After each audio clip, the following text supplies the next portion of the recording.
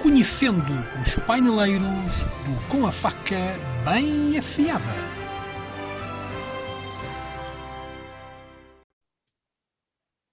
E voilà, já estamos a gravar. Caríssima Ana Lúcia, a menina é a terceira? Quarta? É a quarta.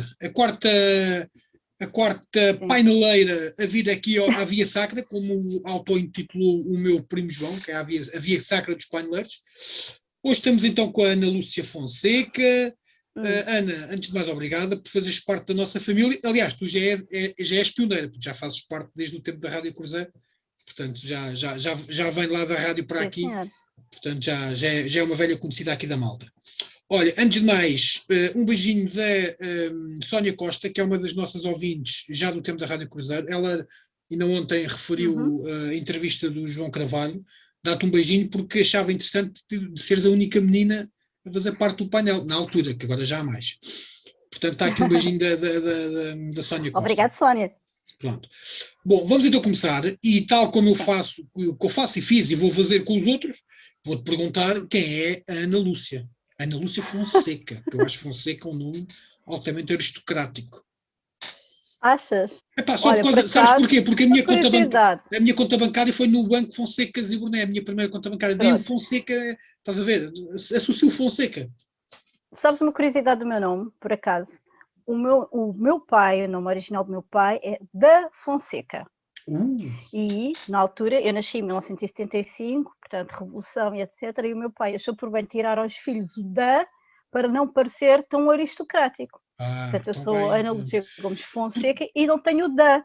Ok, pronto. Atenção, que mais uma, já é a segunda, que já começa outra vez a falsificar a idade. Começa a dizer que nasceu em 75, quando é capaz de ter nascido já aí no final dos anos 80, mas pronto. Toda a gente a tentar Sou de uma boa colheita, olha, sou da colheita da Revolução, portanto sou filha da Revolução com muito orgulho e é uma boa colheita.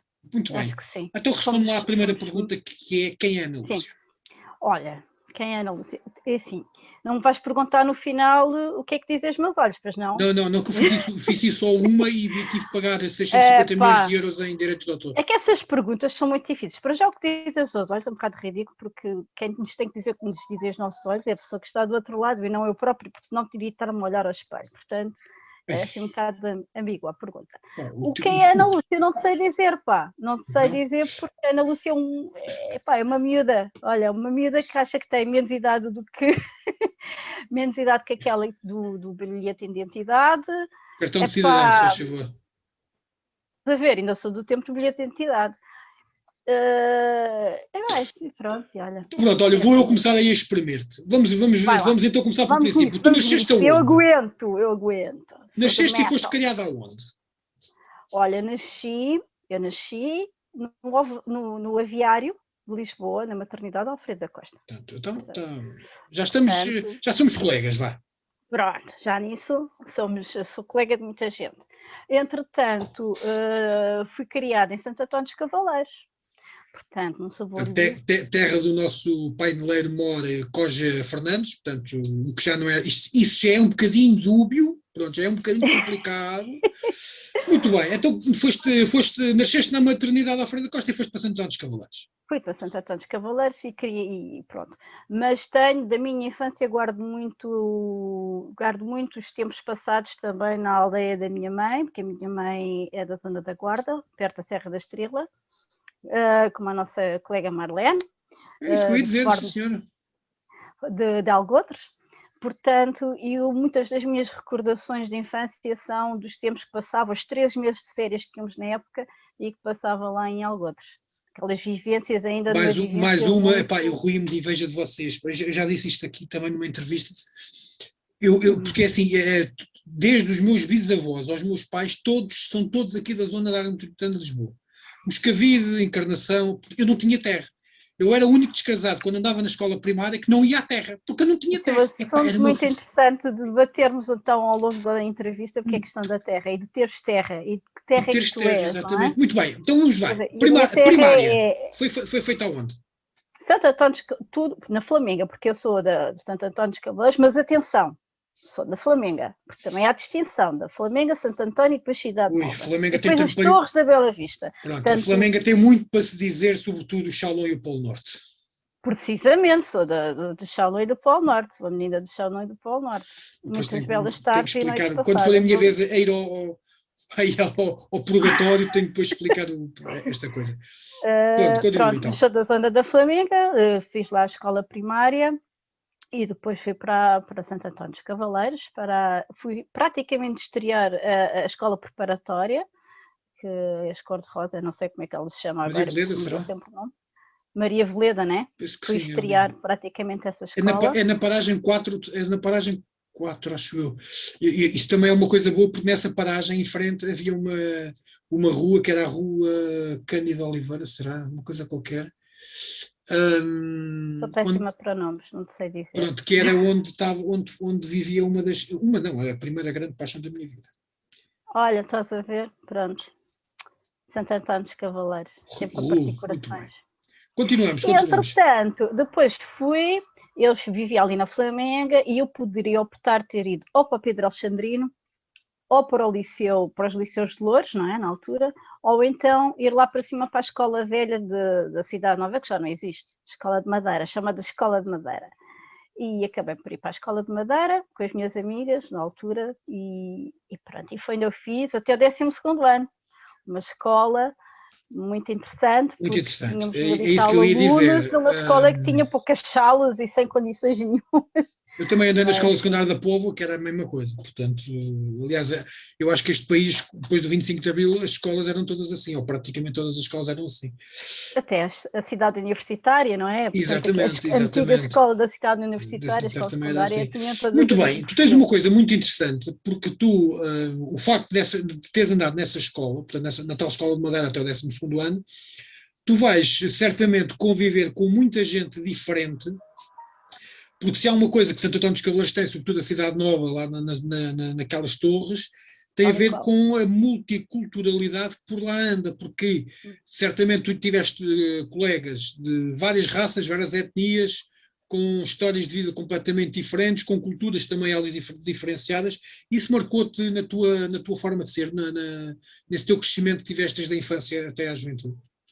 Completamente, olha, eu nasci, portanto, mesmo na escola primária, como te disse, eu no raio da zona onde eu vivia, eu tanto convivia com o José Fanha, que vivia nos prédios à minha frente, como ia para casa de pessoas, portanto, do Partido Comunista, ouvir Zeca Afonso e José Mário Branco e viver toda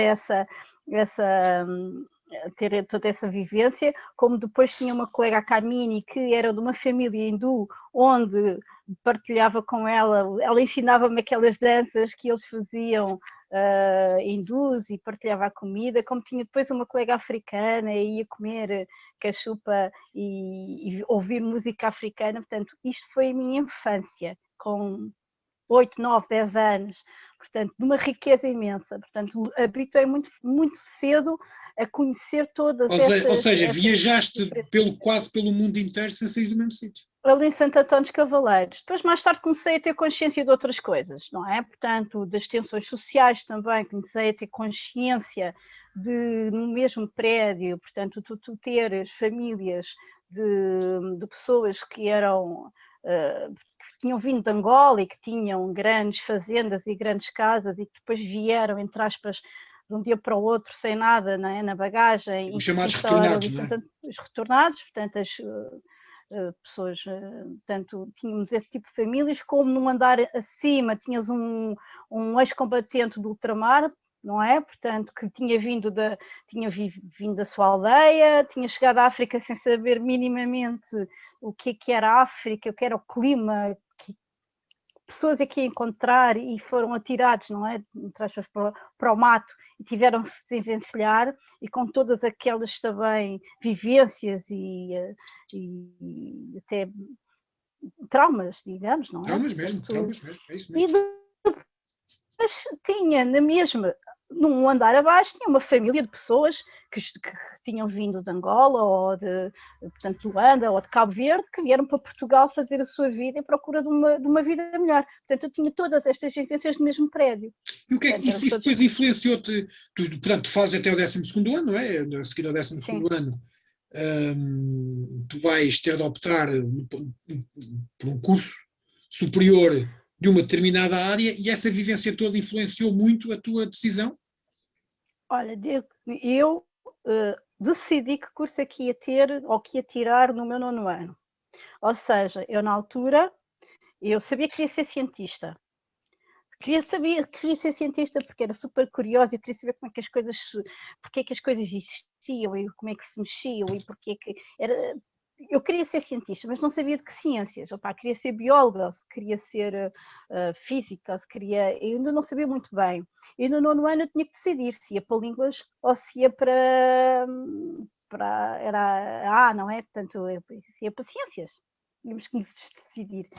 E eu logo na altura fui procurar na lista de ciências e lá está, esta minha vivência, uma das perguntas que eu fazia, porquê é que nós somos tão diferentes nos hábitos, nas culturas, na nossa alimentação, no nosso traje. Eu, por exemplo, vivi numa zona em que as pessoas vestiam, as hindus vestiam sari e andavam assim na rua. Portanto, queria saber porquê que isso acontecia. Então decidi que queria ser antropóloga, logo muito cedo. Tive a felicidade também no 10º ano, depois já contatar com a disciplina de antropologia, que agora já não existe, e contatar com o meu professor de antropologia, felizmente era um antropólogo, era alguém licenciado em antropologia, portanto apaixonei-me logo por essa disciplina, e portanto eu disse, eu quero ser antropóloga. Portanto decidi-me logo no 9º ano isso. Portanto, e depois quando fui para a universidade... Sabes que, e agora a tarde foi-se, sabes que eu, como sabem, eu também ando agora a tirar um curso de Ciências Sociais. Há cadeiras que são para mim uma desilusão tremenda, porque, não, porque assim, eu fui tirar um curso de licenciatura não porque acho que preciso dele, ou pela minha profissional não preciso dele, até porque eu sou de uma área completamente diferente, mas para tentar ganhar outro tipo de competências. E dou comigo a estudar ciências sociais, há coisas que não fazem completamente sentido nenhum. Agora, as áreas da sociologia, da antropologia e da psicologia têm sido surpresas absolutamente, que estão-me a mudar, e isso é fantástico. A antropologia, então, lá com os Durkheim e com os Marx, porque depois a antropologia, a sociologia misturam-se um bocadinho, e é de uma riqueza espetacular, porque assim, ou melhor, conseguimos perceber as diferenças através das comparações, mas não só, através das próprias experiências que eles nos contam com a evolução dos tempos. As coisas vão mudando, a maneira de ver as coisas vai mudando. E, portanto, a antropologia é também uma das áreas que mais me fascina. Continuando, desculpa ter-te interrompido. Não, mas foi de facto a antropologia, e eu recordei a situação de nós termos tido na altura antropologia no 10º ano, porque, e tem muita pena que já não existe essa disciplina, porque é um grande também, como se diz, não é? Um grande abre-olhos. Um abre-olhos no sentido Pois, se calhar o problema é exatamente esse. Eu acho que o problema é que cada vez mais estão-nos a tentar formatar e estão-nos a tentar não pensar muito nas diferenças. Possivelmente. Eu não vou entrar por essa teoria, mas da conspiração ou não, ou que seja, mas é uma disciplina que naquelas idades, portanto, nas idades onde estás a formar, não é? Dá-te mais consciência realmente da realidade. E eu, então, vivendo onde vivia, foi uma disciplina que deu muitas bases para se calhar não ter Tu sem saberes, foste antropóloga, ou melhor, fizeste aquela observação participante desde pequenininha, praticamente. Precisamente. E fui aí recolhendo as minhas pequenas observações. Andaste a fazer a etnografia durante... Ora bem!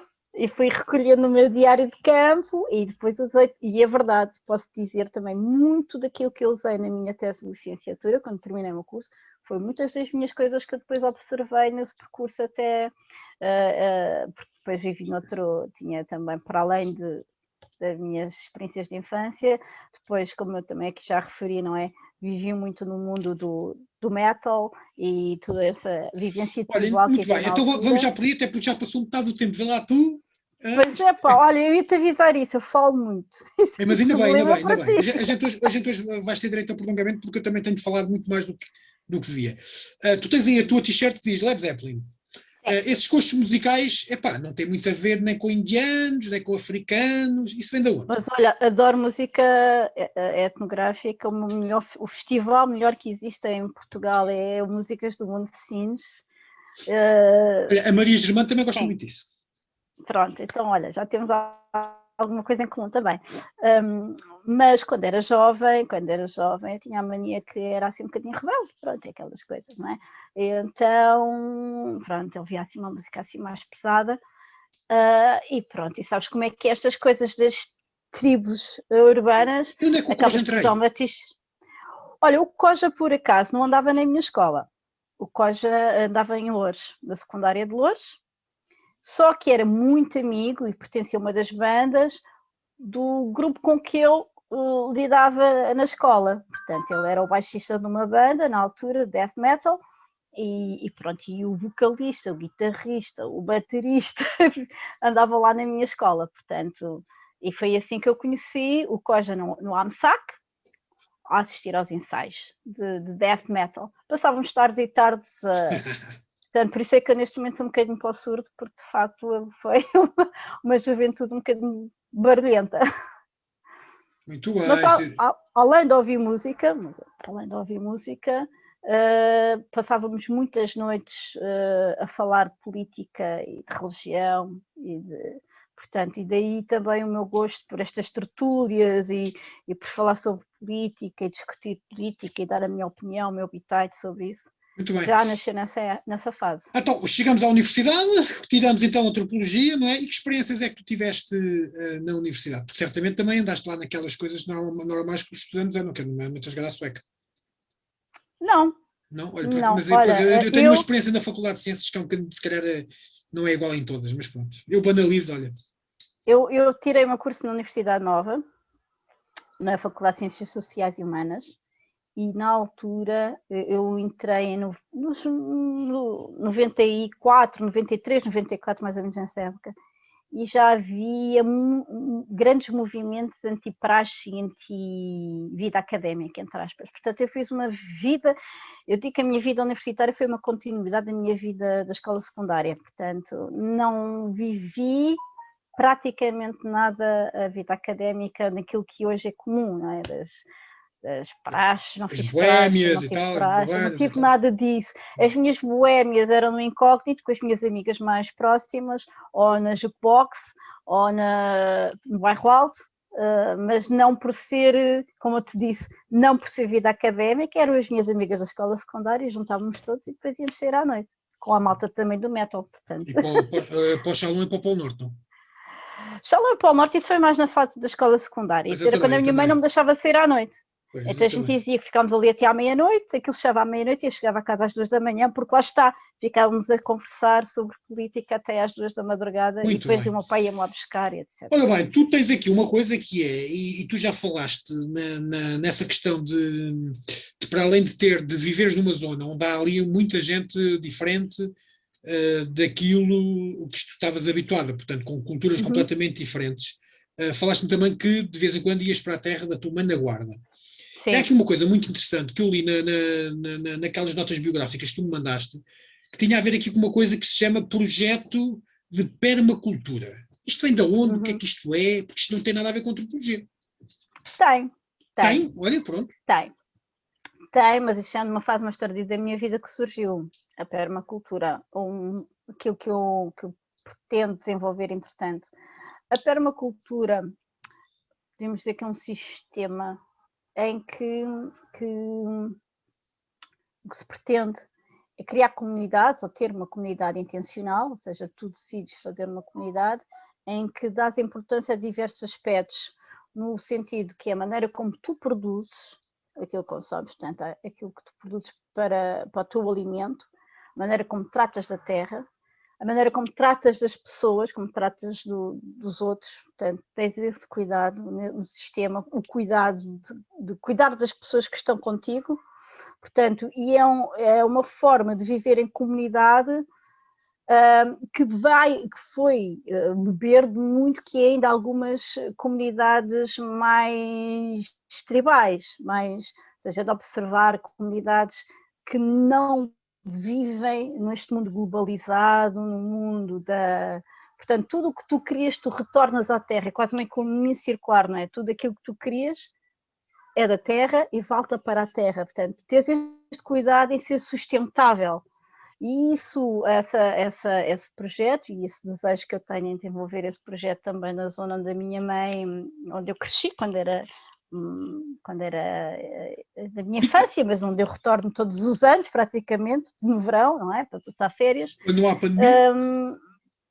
Pois, mas este ano ainda fui, mas tive todos os cuidados mas este ano ainda consegui lá ir, mas não houve festas, nada daquilo que costuma ser, não é? Nem os grandes encontros de família, a minha família, quando somos uns 40 à mesa, portanto. A minha avó teve 9 filhos, portanto, imaginas quantos primos é que são, não é? E quantos filhos de primos é que já existem, nós já somos... Como se costuma dizer, já são mais que as mães. Esse projeto, essa forma também de ver a vida já foi posterior, portanto, e que me levou àquilo que eu faço agora. Levou-me esta preocupação pela sustentabilidade do planeta, por aquilo que fazemos, aquilo que produzimos, aquilo que consumimos e como é que nós podemos manter mais tempo a qualidade de vida em harmonia com o planeta Terra, levou-me a trabalhar aquilo que eu estou agora a fazer, que é no âmbito das alterações climáticas. Repara bem neste pormenor de eu estar a mexer no caderno para as pessoas pensarem que eu fiz o trabalho de casa, mas fiz mesmo, esta vez até fiz. Então explica-me lá uma coisa, pronto, já passámos aí pela questão da permacultura, mas tu para além, tu tiraste o curso de Antropologia Cultural, certo? Sim. Mas entretanto, quer dizer, a seguir fazes um mestrado em Sociologia do Crime e Violência. Sim. E depois fazes um mestrado em Sociologia da Religião. Não, eu combinei, portanto, combino. Isto porquê? Porque a minha tese, eu não falei sobre isto, mas só muito resumidamente, a minha tese de licenciatura foi sobre movimentos neonazis relacionados com um estilo de música que ainda existe, mas na altura estava um bocadinho em voga, que era o black metal. E eu sempre gostei de metal, sempre adorei, não só metal, mas também música gótica, gostava de ler poesia, gostava mas espera aí, que tu falaste dos neonazis, mas o black metal não tem nada a ver com os neonazis, é exatamente o contrário. É uma música tipo de intervenção contra os neonazis. Ah, não? Ah, é? Não. Olha, estás a ver? Infelizmente, na época, houve um certo movimento que agora se calhar até é muito comum e conseguimos observar em outras situações, mas na altura não era muito comum. Houve um movimento que havia os skinheads, não é? Portanto, esses eram assumidamente neonazis, e houve um movimento que começou nos países nórdicos, em que o metal começou a... Portanto, havia já uma ligação do metal com algumas concepções mais... de novos movimentos religiosos, portanto, ligados ao paganismo, aquilo que agora se chama de Wicca, paganismo, pronto, o anticrismo, o satanismo, pronto. Isso era um bocadinho que estava a acontecer, e então dentro destes movimentos começou a haver então uma aproximação de certas pessoas para quase recrutar os jovens para estas ideias dos escolhidos, chosen ones, aqueles que vão salvar o mundo. Sim, já percebi, já percebi perfeitamente. Não, é como tu falaste em black metal. Pronto, black metal não tem nada a ver com aquela história agora de... Pronto, já percebi, já me situei. Tens razão, completamente. Pronto, então isso era um movimento que a mim, que tinha crescido, e se calhar por isso, tinha crescido num mundo, eu acreditava realmente no multiculturalismo e que isso nos enriquecia enquanto pessoas e seres humanos. Faziam confusão como é que havia um movimento no metal, e como tu dizes, porque eu também fui muito mais para aquela parte do metal, politicamente assumido contra o sistema, estás a perceber, e vamos partir esta coisa, pronto, aquela coisa mais, como tu dizes, se calhar mais ligada a um tipo de política mais de contestação social. E comecei a ver aquilo e pensei, como é que é possível esta malta estar assim tapadinha e estar a aceitar esta coisa, estes movimentos, não é? Tipo, malta que negava o Holocausto, já na altura, já existia, o pessoal dizia que o Hitler era um escolhido, era um... E aquilo, mexia com as minhas células todas do sistema e pronto, e fui estudar esta malta, porque é que eles achavam que isto era possível, não é? Quer dizer, não tinham visto documentários de história. E qual foi a conclusão? Conseguiste chegar a uma conclusão ou ainda mantens a tua dúvida? Não, eu consegui chegar a uma conclusão interessante, na altura, muito recente também, na fase em que eu estudei, portanto eu terminei a minha licenciatura em 99, portanto não se falava muito, que era das estratégias identitárias, que é agora uma coisa que é um vocábulo que é muito utilizado até para certos partidos mais popularistas, são partidos identitários, não é? Fala-se muito sobre isto.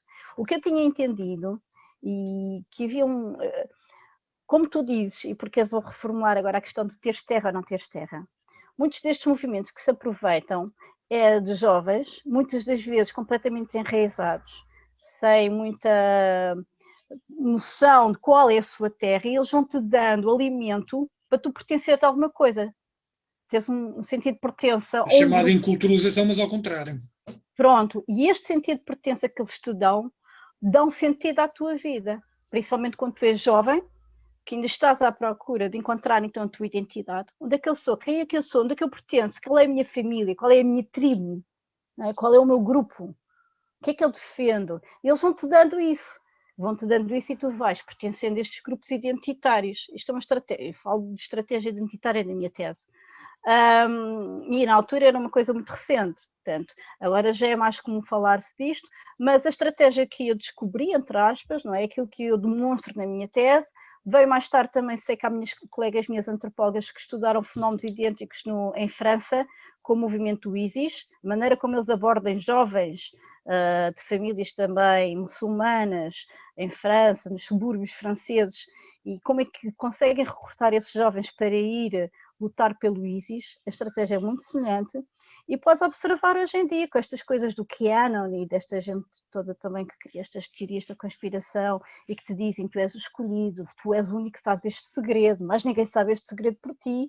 Portanto, é uma estratégia muito idêntica que agora, pelos vistos, com as redes sociais e etc., Exatamente, isso que eu ia dizer, as redes sociais agora são um excelente veículo de... é muito mais facilmente observável. Atenção, olha, só uma coisa sobre Sim. a minha tese, sobre o meu trabalho de investigação. Eu, na altura, 94, 95, 96, quando comecei a trabalhar, era uma das coisas que eu abordei, quis abordar com um professor meu de História Contemporânea, que era a questão da internet e do uso da internet. Porque eu já na altura conseguia estar sentadinha no meu computador, entrar em vários fóruns e etc, e falar com malta, tipo da pesada, estás a perceber? Que me tentavam recrutar, e o meu trabalho de campo era isso, era tentar fazer que não percebia nada disto e queria saber mais, não é? O que eles faziam, como é que eles faziam, etc, como é que eles operacionalizavam, e fazer estas observações.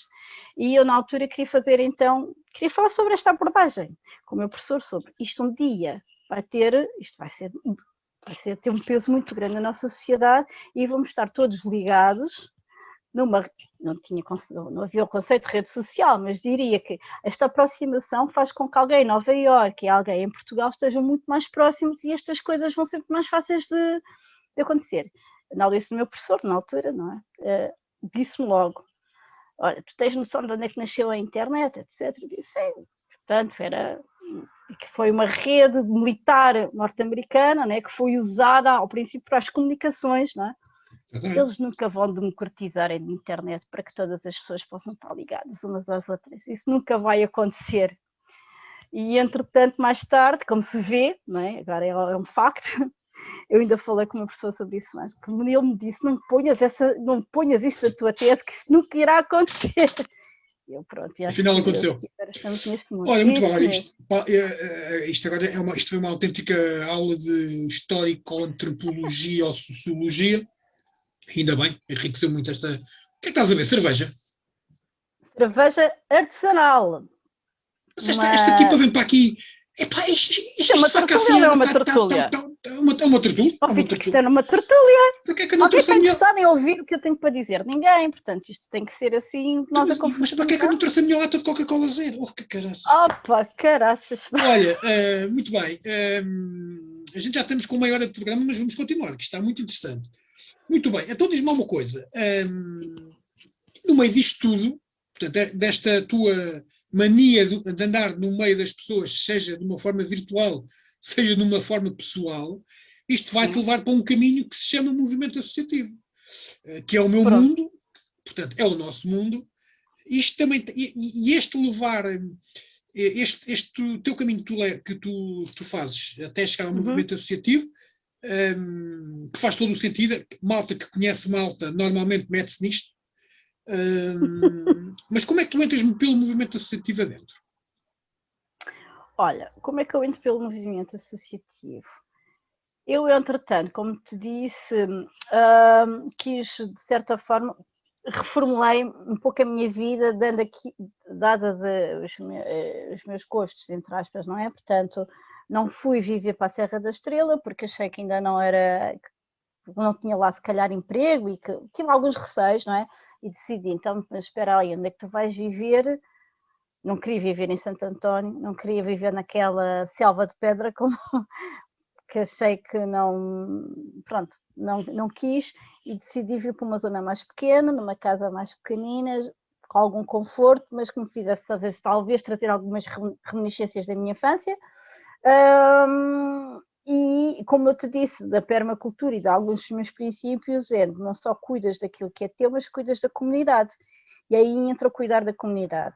E isto também tem tudo a ver com o tal movimento que te disse no trabalho que eu estou a desenvolver com relação à investigação que faço no âmbito de alterações climáticas.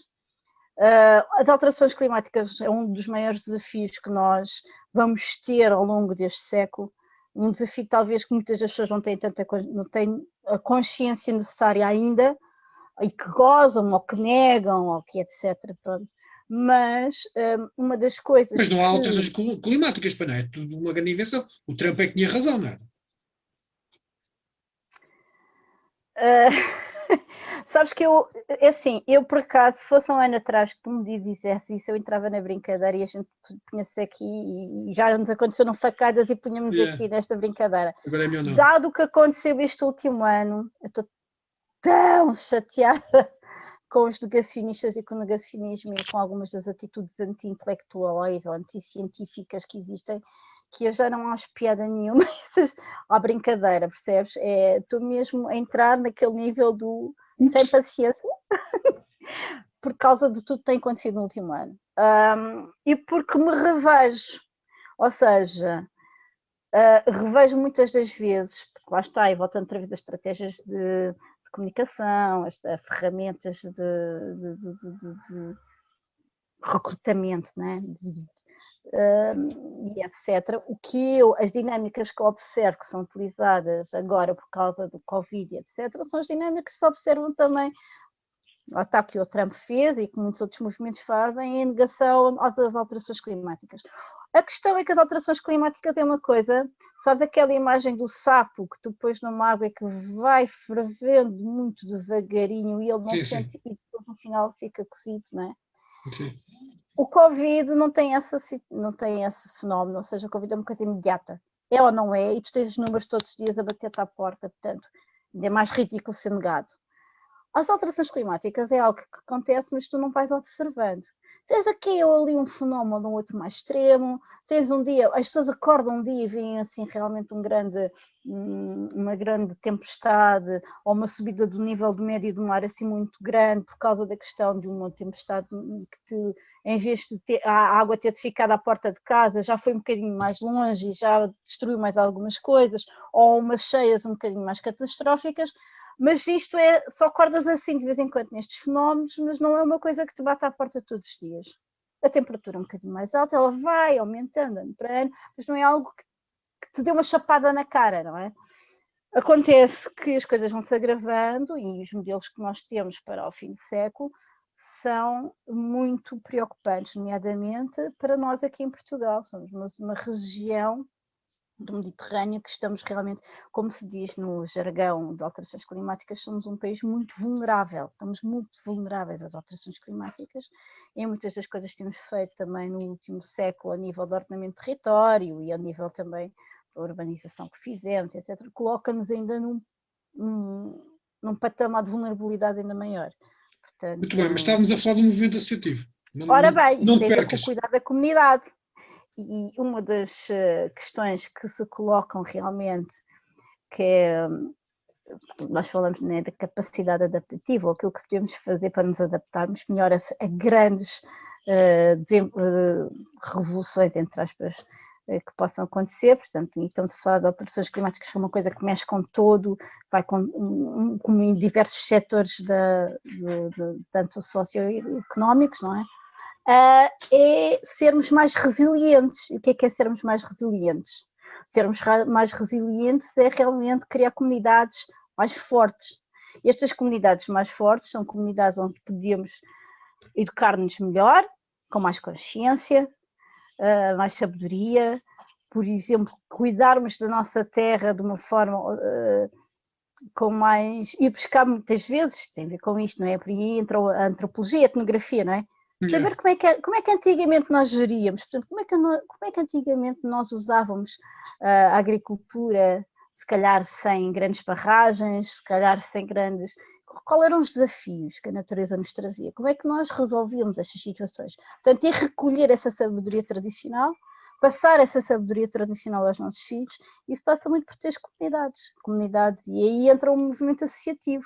É nestas pequenas comunidades, nestes pequenos pontos de encontro, em que, por exemplo, podemos dar educação ambiental, tratarmos da reciclagem, tratarmos da economia circular, como te disse, não é? O que nós produzimos também podemos, estás a ver? Não estamos a criar muitos excedentes, o alimento aqui do meu vizinho que faz um restaurante, aquilo que sobra, não vai para o lixo, mas vai para dar a outras pessoas que possam precisar. Como é que podemos também produzir energia em comunidade, energia renovável, vendermos no nosso vizinho ou produzirmos também para os nossos vizinhos e podermos ter uma energia renovável que nos sustente. É um pouco por aqui, estás a ver? Que entra o associativismo e isso faz parte. E o associativismo leva-te à presidência de um grupo, de um clube recreativo aí no Tujal. Para já apresenta ao clube e como é que tu chegas a presidente dessa instituição, dessa nobre instituição? Olha, o Clube União Recreativo São João de Tujal é um clube que vai fazer dia 14 de fevereiro 87 anos de existência. E no dia a seguir vai emprestar as suas instalações para uma recolha de sangue, portanto a malta fica já aqui avisada. Tem direito a bolo de aniversário. Mas não se pode dizer. Infelizmente é de algumas das poucas coisas que conseguimos fazer agora durante este confinamento, não é? Porque estamos com estas atividades suspensas.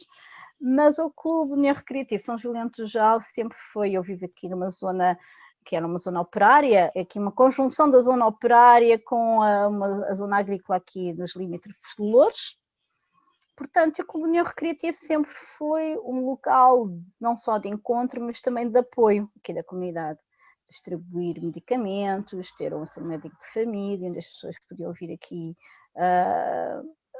conseguir alguns dos apoios, não é? Portanto, e esta coletividade, é uma associação que sempre esteve muito ativa, onde nós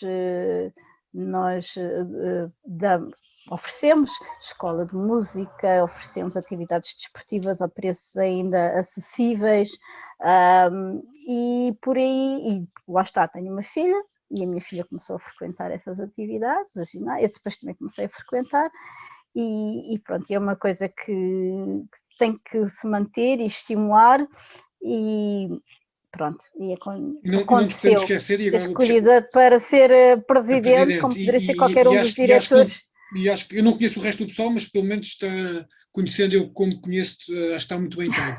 E também dizer-te uma coisa, porque isto também é o meu mundo, e quando se trata de falar em movimento associativo, seja onde eu estiver, puxo sempre a brasa à minha sardinha.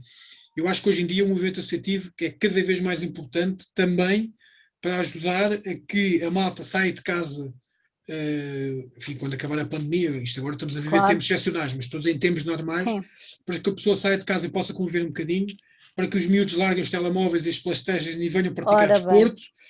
E tal como acontecia antes do 25 de Abril, em que muitas vezes eram este tipo de associações que eram os embriões das discussões democráticas, porque se falava à boca aberta aquilo que fora dessas instituições não se podia falar, porque não deixavam.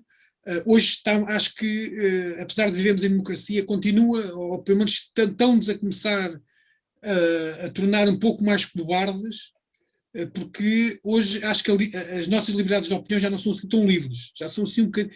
Pelo menos eu próprio falo por mim, que às vezes já tenho que pensar duas vezes naquilo que vou dizer, por causa das consequências que eventualmente posso vir a ter.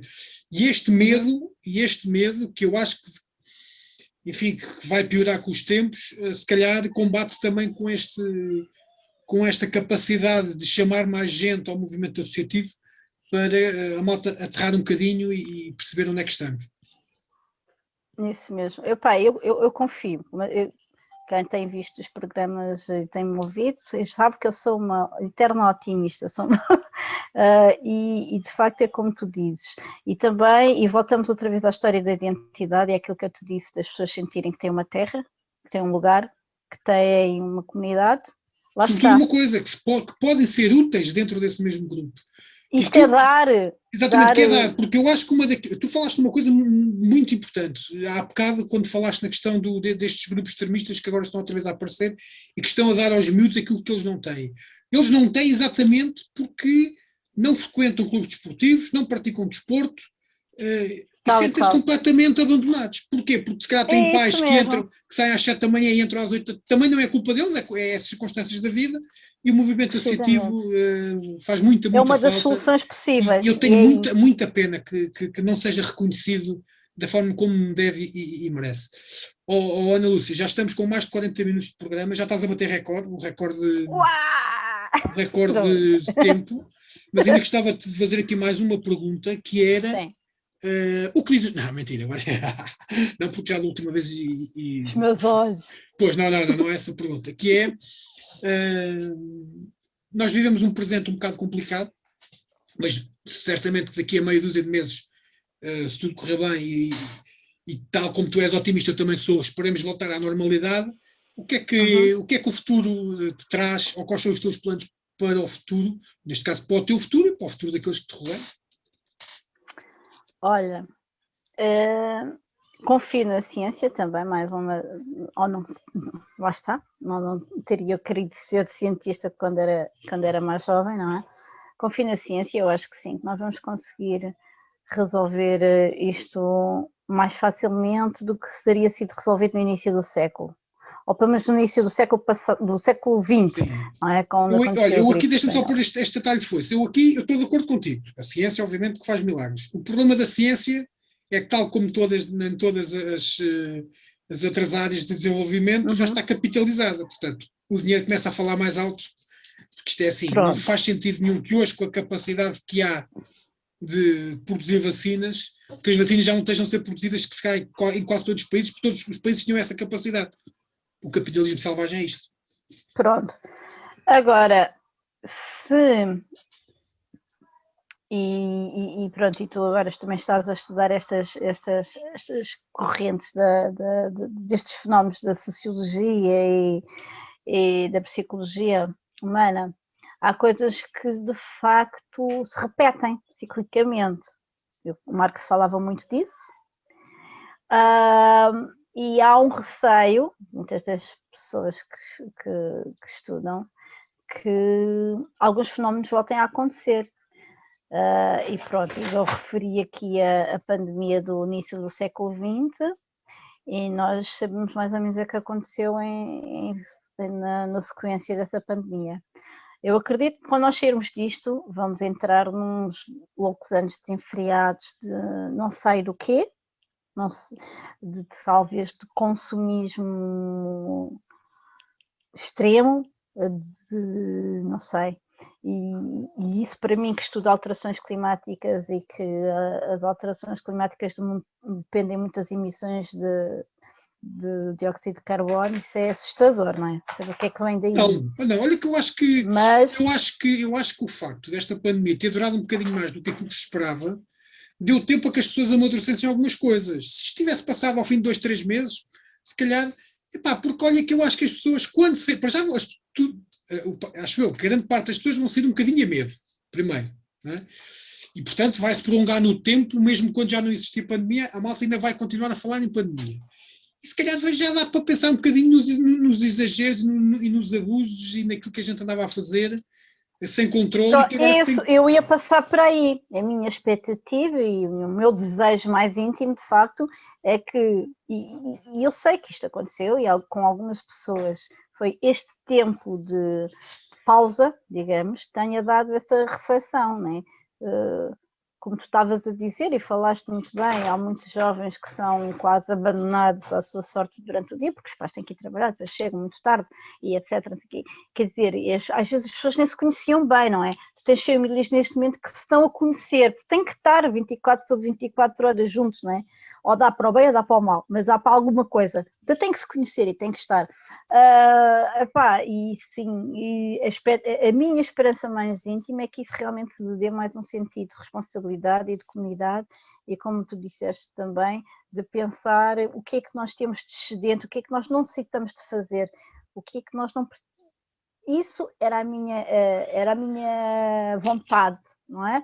Agora, pronto, sempre com esta perspectiva de que as pessoas também estão muito reativas, estão muito tensas, cada vez, como tu tinhas dito, reflete-se muito naquilo que tu referiste, que é tu às vezes estás a falar e não sabes se podes ser prejudicado por palavras que tu digas, porque tu já querias isso em ti próprio, tu já não é alguém que te diz, olha lá, estás a ser um bocado disparatado. Sim, nós começamos a ter algum receio por tudo aquilo que a gente vê, tudo aquilo que a gente ouve.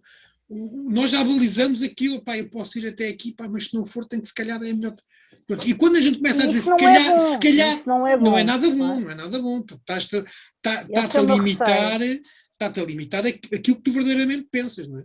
O meu receio é esse, e que muitas vezes as asneiras foram cometidas nos últimos 2, 3 anos, 4 anos, que tenham reflexos mais tarde em coisas que não sejam assim muito positivas para a sociedade.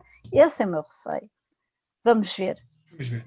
Olha, e vamos ver, já estamos com 46 minutos de programa, muito bem. Mais alguma coisa para dizer sobre aquilo? Não. Pronto, só falar mais da questão, já referi a questão das alterações climáticas, não é? Não se esqueçam, um dos maiores desafios da humanidade neste século é uma coisa que, como disse, da água que queima o sapo, está, e a gente mas não te esqueças também assim, também nem tudo é mal nesta coisa das alterações climáticas. O facto de derreter o Polo Norte cria novas ligações. Já sabia, o Estreito de Bering vais poder ter petróleo mais barato porque eles vão da Noruega à Escandinávia ou... As vias de comunicação ou Alasca muito mais depressa. E as focas vão ter mais alimento e tal. E debaixo das tundras lá do norte da Europa, vão crescer pepinos ali naquela terra, que é uma coisa para demais. Quer dizer, e é tudo verdade, o que ele disse é tudo verdade. O problema é que em vez de ter estes, como é que é, a terra é constituída por 3 partes de terra e 7 de água, né? Passa sempre aí uma terra e 9 de água, mas tirando isso está-se bem. Tens um grande problema da subida do nível médio do mar e das consequências que isso pode trazer, e o aquecimento dos próprios oceanos.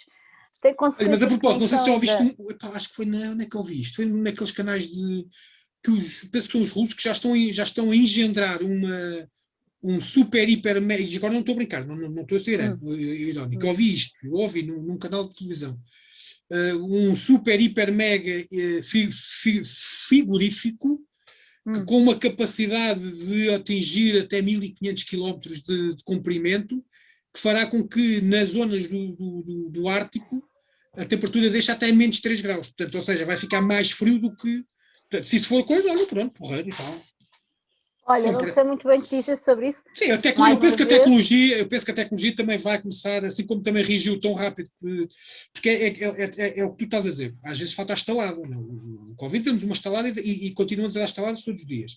Se calhar num dia que haja ali uma grande estalada, se calhar a própria ciência vai começar a arranjar soluções também. Por exemplo, mas sabes qual é o receio? É que já não vai tempo. Falando de estaladas. Não, é que as estaladas é assim. As estaladas são resolvidas quando a estalada chega àqueles países que as podem resolver. Acontece que as alterações climáticas, até por tudo o que eu te disse, dos países mais vulneráveis ou menos vulneráveis, os países mais vulneráveis neste momento às alterações climáticas são os países que, levando as estaladas, não têm muito a fazer. Por exemplo, eu trabalho em muitos projetos europeus em que há uma cooperação entre países da Europa, do norte da Europa, para apoiar os países do sul da Europa, porque nós somos os países que vamos levar uma maior estalada, percebes? Mas nós neste momento não temos capacidade para resolver a estalada. Ou seja, se vier grandes secas no Alentejo... Ficamos então com a água também já está resolvida, que os gajos de Israel já arranjaram uma forma de desalinização da água barata Pois, mas a gente não somos Israel. Eu sei, por exemplo, eu sou amigo israelita, eu trato disso. Nós falamos disso por acaso no Algarve, porque também foi nos projetos que eu tivemos a falar sobre isso e uma pessoa realmente apresentou isso como uma solução, mas neste momento não é uma solução viável para o Algarve, a desalinização. O gajo mete ali, aquilo vai tudo para o Alqueva, ainda fazer... Oh, mas de facto é esse o problema, e não estou a falar só na Europa, estou a falar de Portugal e de Espanha, mas estou a falar do Bangladesh, estou a falar de outros países do Pacífico Sul, estou a falar de países que não têm mesmo... Vai lá falar daqueles países tipo Vanuatus e Ilhas Fiji, isso que vivem... mesmo, eles não têm capacidade. E os noruegueses estão a dizer, muitos noruegueses estão a dizer aquilo que tu disseste, que é, isto vai ser um espetáculo para nós, que o gelo vai nos trazer aqui terra super fértil e nós vamos passar a ser o celeiro vamos do aqui mundo. Produzir produtos agrícolas para toda a Europa e vamos ficar muito ricos. Portanto, isto é uma perspectiva. Outra perspectiva é a tal ligação do norte do conseguir ter petróleo mais barato. Portanto, há sempre... se eles não levarem instalada, vai ser difícil tu conseguires arranjar a solução. Bem, vamos ficar por aqui, 50 minutos de programa, de entrevista. Muito bem, bateu recordes. Esta fala barato. Eu digo fala barato porque a gente não dá cachê a estas pessoas, portanto, ela tem que falar mesmo barato. Pronto. Dona Ana Lúcia Fonseca, olha, muito obrigada, foi uma conversa espetacular, apesar de ter tido estes minutos todos, foi muito interessante e eu espero que a malta espero que sim. adira. A malta que está a dizer e pronto, e muitos Led Zeppelins para ti. E pronto, e vamos continuar-nos a ver aí por facadas adentro. Para a semana já temos que ter aí por acaso, olha, vais preparar um sobre alterações climáticas. Isso é muito importante. É muito importante e muito interessante. Está feito? Está, sim, senhora. Está comprado? Está comprado. Então vá. Inté. Olha, um abraço, muito obrigada a todos por me terem estado a aturar aí. Vai para o ar no domingo, hoje é sexta, mas hoje é domingo. Não sei se percebeste. Hoje é sexta, mas hoje é domingo. Pois é. Olha, feliz dia hoje é carnaval e é dia dos namorados. Pois, feliz dia dos namorados. Hoje é dia dos namorados? Então não é... Isto não é no domingo? No domingo. Hoje é domingo, pois é, que burro. Hoje é domingo. Hoje é domingo. Então feliz dia, Good Valentine Days e... Tchau, tchau. Tá, beijinhos, um abraço. Conhecendo os paineleiros do Com a Faca Bem Afiada.